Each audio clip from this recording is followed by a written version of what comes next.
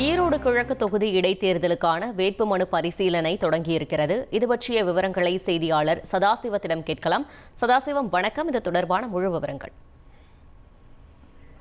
ஈரோடு கிழக்கு தொகுதி சட்டமன்ற இடைத்தேர்தலானது வரும் பிப்ரவரி 5ஆம் தேதி நடைபெற உள்ளது. இதற்கான வேட்புமனு தாக்கல் பார்த்தோம்னால் ஈரோடு மாநகராட்சியர்களுக்கு தேர்தல் நடத்தும் அலுவலர் மணி மற்றும் உதவி தேர்தல் நடத்தும் அலுவலர் தியாகராஜனும் வேட்புமனு தாக்கலானது சுயேட்சை வேட்பாளர்கள் மற்றும் அங்கீகரிக்கப்பட்ட அரசு கட்சி வேட்பாளர்கள் என வேட்புமனு தாக்கல் செய்தனர்.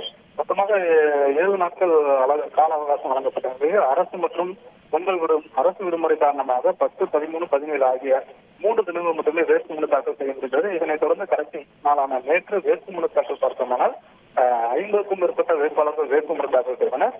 இதில் மொத்தமாக 58 வேட்பாளர்கள் 65 வேட்புமனு தாக்கல் செய்திருப்பதாக நேற்றைய தினம் பத்திரிகையாளர் சந்திப்பின் போது தேர்தல் நடத்தும் அலுவலர் மணி தெரிவித்தார். இதனைத் தொடர்ந்து இன்று வேட்புமனு மீதான பரிசீலனையானது இன்று ஈரோடு உங்க குழந்தைகளுடைய எதிர்காலத்தை பத்தின பயம் இனி வேண்டாம். இருக்கவே இருக்கு என்பிஎஸ் வாத்சாலியா. அது என்ன திட்டம் தெரிஞ்சுக்கணும்னா ஃப்ரீடம் ஆப்பை இப்பவே டவுன்லோட் பண்ணி தெரிஞ்சுக்கோங்க. மாநகராட்சி அலுவலகத்தில் மாமன்ற கூட்ட அரங்கில் தேர்தல் நடத்தும் அலுவலர் மணி தலைமையில் தேர்தல் அலுவலர்கள் வேட்புமனுவை பரிசீலனை செய்து வருகின்றனர்.